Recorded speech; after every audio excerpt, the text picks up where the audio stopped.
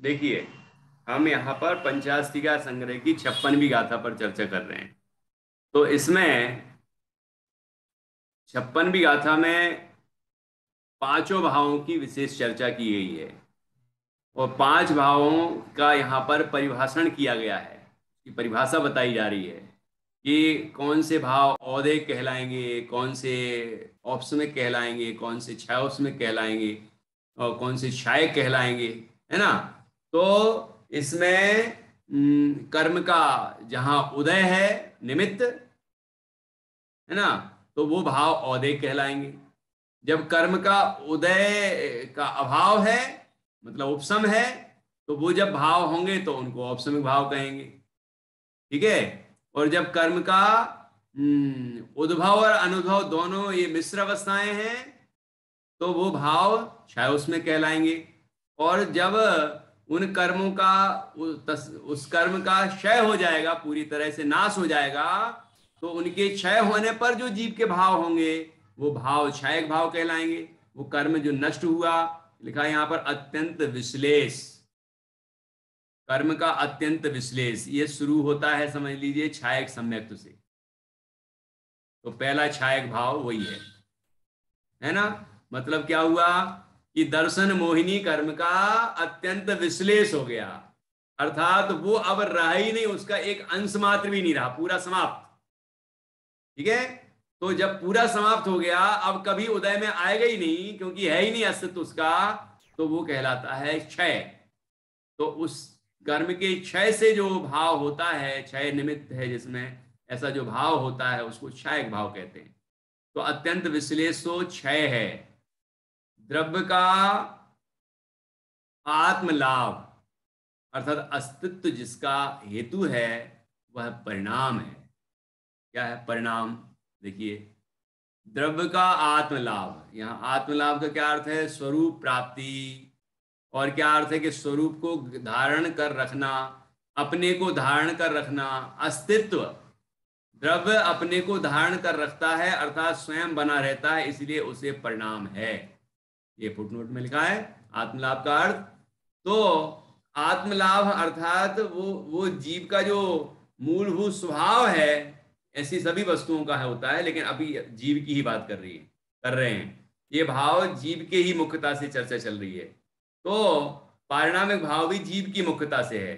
तो जीव आत्मलाभ का अर्थ क्या है? कि स्वरूप की प्राप्ति। इसका मतलब ये नहीं कि आत्मा में लीन हो गया, वो है, वो बात नहीं है यहाँ पर। यहाँ है कि वो स्वरूप रूप बना रहा, उसका स्वभाव जैसा है वैसा बना रहा, है ना, कायम रहता है। वो जो परिणाम है ना, ऐसा जो भाव है कि वो उसका स्वरूप, मूल स्वरूप बना रहे किसी भी स्थिति में, तो वो परिणाम है। उसको ऐसा जो भाव है उसको पारिणामिक भाव कहते हैं। कि द्रव्य का आत्मलाभ अर्थात अस्तित्व जिसका हेतु है वह परिणाम है। जैसे जीव का पारिणामिक भाव है जीवत्व, भव्यत्व और अभव्यत्व। इनमें से जीवत्व में व्यवहार जीवत्व और भव्यत्व और अभव्यत्व ये पर्यायार्थिक नय के विषय हैं। लेकिन जो द्रव्यार्थिक नय का विषयभूत जीवत्व है, जिसको हम शुद्ध जीवत्व कहते हैं, वह शुद्ध चैतन्य लक्षण रूप है। ठीक है। वो निश्चय जीवत्व है, वो उसको कहते हैं पारिणामिक भाव। ये परम पारिणामिक भाव, ऐसे भाव रूप जो वस्तु है वो परम पारिणामिक भाव स्वरूप वस्तु है। ठीक है। तो वह निश्चय जीवत्व है, वो कभी नष्ट नहीं होता। ठीक। तो वह जीव का स्वभाव का अनुसरण करने वाला परिणाम है। जैसा जीव का स्वभाव है वैसा ही वो परिणाम होता है, सहज चैतन्य लक्षण रूप। ठीक है। तो वह परिणाम है। लिखा है द्रव्य का आत्मलाभ जिसका हेतु है ना, वह परिणाम है जो स्वरूप के अनुरूप है। जैसा स्वभाव है वस्तु का वैसा ही है वो, जैसा जीव का स्वभाव है चैतन्य, वैसा ही वो परिणाम है। ठीक है। तो वह पारिणामिक भाव है। ठीक। परिणाम, अब देखिए, अब इन्हीं का, अब मैंने तो दोनों ही बातें इकट्ठी बता दी। अब यहाँ आगे लिखा है कि वहां उदय से युक्त वह औदयिक है, उपसम से युक्त वह औपसमिक है, क्षयोपसम से युक्त वह क्षयोपसमिक है, क्षय से युक्त वह क्षायक है, और परिणाम से युक्त वह पारिणामिक है। ठीक है, देखो इस तरह ये पांचों पांचों पॉइंट हो गए। परिणाम से युक्त, परिणाममय, पारिणामिक, परिणामात्मा, परिणाम स्वरूप, ऐसा ये नोट में दिया है। तो ऐसा पारिणामिक हो गया। ऐसे यह पांच जीव गुण हैं। यहां गुण का अर्थ भाव है। ठीक है, ये ऐसे ही यह पांच जीव गुण हैं। उनमें, इन पांच गुणों में उपाधि का चतुर्विध पना, जिसका जिनका कारण अर्थात निमित्त है, ऐसे चार हैं। क्या है इनमें चार में? उपाधि है, उपाधि है ना। उनमें उपाधि का चतुर्विध पना, चार प्रकार की उपाधि है। इसलिए वो वो वो चार प्रकार तो कैसे हैं? उपाधि वाले हैं, औपाधिक भाव हैं। चार भाव कौन कौन से? जिनमें उपाधि है कर्म की, कि किस ऐसा भाव जिसमें कर्म के उदय की उपाधि है, उदय का निमित्त है। ऐसा भाव जिसमें कर्म के क्षयोपशम का निमित्त है। ऐसा भाव जिसमें कर्म के उपशम का निमित्त है। ऐसा भाव जिसमें कर्म के क्षय का निमित्त है। तो ये जो चार भाव हैं ये औपाधिक भाव हैं, है ना। लिखा कि नहीं कि उनमें, इन पांच गुणों में जो चार उपाधि का चतुर्विधपना है ना, जिनमें उपाधि है वो चार हैं। यहाँ लिखा है उपाधि का चतुर्विधपना का अर्थ फुटनोट में 6वां नंबर। कर्मोपाधि की चार प्रकार की दशा, उदय, उपशम, क्षयोपशम और क्षय, जिनका निमित्त है, ऐसे चार भाव हैं जिनमें कर्मोपाधि रूप निमित्त बिल्कुल नहीं है, मात्र द्रव्य स्वभाव ही जिसका कारण है, ऐसा एक पारिणामिक भाव है।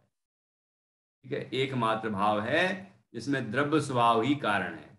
जैसा द्रव्य का स्वभाव है वैसा ही वो भाव है, और वो भाव सदा रहता है। किसी कर्म का कितना ही उदय रहा है, कुछ भी हो जाए, लेकिन वो रहता ही है। ऐसा जो परिणाम है जीव का, है ना, ऐसा वो जो भाव है उसका नाम है पारिणामिक भाव। उनमें उपाधि का चतुर्विधपना, जिनका लक्ष्य कारण है, निमित्त है ना। कारण का अर्थ यहां पर उपादान नहीं, निमित्त है, ऐसे चार हैं। स्वभाव जिसका कारण है, यहां निमित्त नहीं लिखा, देखो ब्रैकेट में। स्वभाव जिसका कारण है, क्योंकि वो उपादान कारण है, वो मूल कारण है, देखो, है ना। स्वभाव जिसका कारण है, ऐसा एक है, वो उसका नाम क्या है? पारिणामिक भाव। वो एक ही है, जैसा स्वभाव वैसा ही वो होता है ना।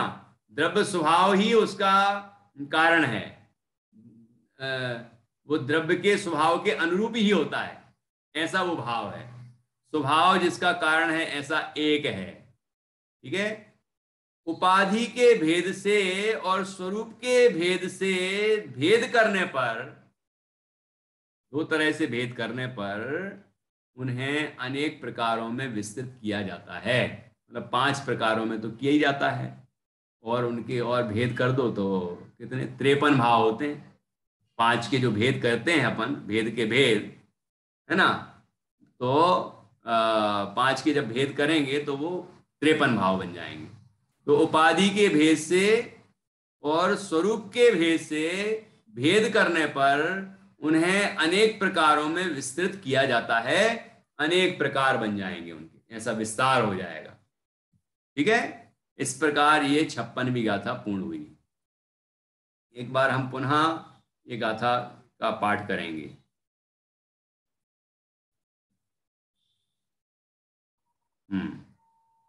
अब देखना गाथा आपको और स्पष्ट रूप से समझ में आएगी, और भाव भी और खिलेंगे, है ना। अपन यहाँ बिथिड़ना ही पढ़ेंगे, है ना, था पढ़ेंगे चा की जगह, वो ज्यादा सटीक बैठ रहा है। उदयेण उपसमेण या अयेण दुहिम देहिम परिणामे जो ताते जीव गुणा बहुसुया थे सुबे थिरना। इस प्रकार ये 56वीं गाथा यहाँ पर समझाई गई है। अब इसके बाद इन्हीं के संबंध में कर्तापना बताया जाएगा, क्योंकि इन जिन जो जैसे समय सारणी में आया यह परिणमति सा करता, जो जिस भाव रूप परिणमन करता है वो करता है, वहां अलग प्रसंग है, वहां तो जीव अपने शुद्ध भावों का करता है ना। लेकिन जब अपन सामान्य चर्चा करेंगे तो जो जिस भाव रूप परिणमन करता है वो उसका करता है, ठीक है। फिर वहां पर तो भेद ज्ञान कराने के लिए मोह राग द्वेष का अकर्ता ही बताया है, ज्ञाता मात्र बताया है, वो अलग बात है। लेकिन कर्ता की जो परिभाषा है यह परिणमति स कर्ता, तो जो जिस भाव रूप परिणमन करता है उसे कर्ता कहते हैं। तो यहाँ भी ये हम 5 भाव रूप परिणमन करते हैं, इसलिए इन 5 भावों के हम करता है, ठीक है। इन 5 भावों के करता हैं, तो अर्थ हुआ कि पर के करता नहीं है। तो अब हम इन 5 भावों के कर्ता अपने को मानते हैं, या हम इनके अतिरिक्त जो कुछ भी है उस सबके कर्ता हम अपने को मानते हैं, इस पर भी विचार कर लेना चाहिए, है ना। तो यहाँ अब ये बताने वाले हैं ये जो भाव यहाँ पर बताए हैं औदैक आदि भाव, ये इन सबका जीव करता है ना। फिर आगे कहेंगे वो इन सबका भोक्ता भी है ना। ऐसी बहुत सुंदर चर्चा आने वाली है, क्रमशः विस्तृत होगी, तो हम क्रमशः ही इसकी चर्चा करेंगे। अभी आज हम यहीं तक विराम लेते हैं, 56वीं गाथा यहाँ पूर्ण कर ली है। इसके संदर्भ में किसी को कोई प्रश्न हो तो पूछ सकते हैं, इसके आगे की गाथा तो हम कल ही करेंगे। 15 मिनट बचे होते तो जरूर हम अगली गाथा शुरू कर देते, बाकी 9 बज गए हैं पूरे, इसलिए आज हम यहीं चर्चा को विराम देते हैं। और बहुत जोरदार विषय निकला है ना। ये बात बहुत महत्व की है और हमें अच्छी तरह से समझना चाहिए, और हमने समझी है। अब हम जिनवाणी स्तुति करेंगे। निधि जी, मम्मी जी करेंगी। हाँ, बहुत बढ़िया। महिमा है अगम जिनागम की महिमा है, महिमा है अगम जिनागम की महिमा है। रागादिक दुख कारण जाने, रागादिक दुख कारण जाने, त्याग दीनी भूति भ्रम की महिमा है, महिमा है अगम जिनागम की महिमा है।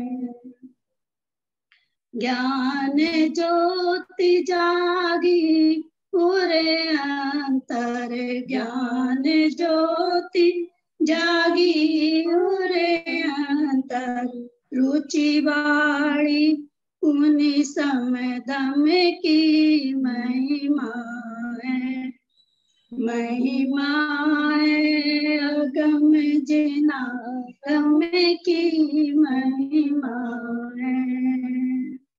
कर्म बंद की वही निर्जरा, कर्म बंद की वही निर्जरा, कारण परम पराक्रम की महिमा है, महिमा है अगम जिनागम की महिमा है। बाग चंद शिव लालच लाग्यो, बाग चंद शिव लालच लाग्यो, पहुँच नहीं जहाँ जम की महिमा है, महिमा है अगम जिनागम की महिमा है। वाणी माता की जय, महान जिन धर्म की जय। सभी 9 बार नमो का मंत्र के माध्यम से